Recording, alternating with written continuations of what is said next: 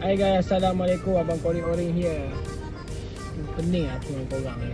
One of the Kenapa orang kalau COD bagi duit buruk-buruk bagi shilling.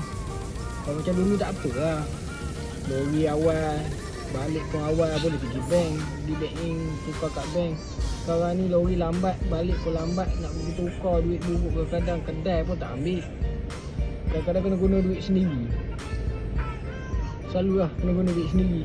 Kadang-kadang kita Korea ni tak sempat pun nak cek satu persatu. Kira cukup beres pun jalan.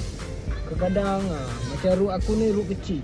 Kadang-kadang sebiji kereta, dua biji kereta, tiga biji kereta lah saya boleh lalu. Lepas tu kiri kanan orang parking jadi masa tu terhad nak berhenti lama, nak cek satu persatu. Cuba lah korang tolong lah sikit bagi COD tu. Kalau korang nak bagi duit tu, bagilah duit yang boleh bagi duit yang senang orang terima. Ni kadang-kadang duit koyak, duit penuh selotip korang bagi. Boleh tak? Tolong lah, jangan naikkan Korea. Korea ni dah tak naik. Ni customer pula naik Korea.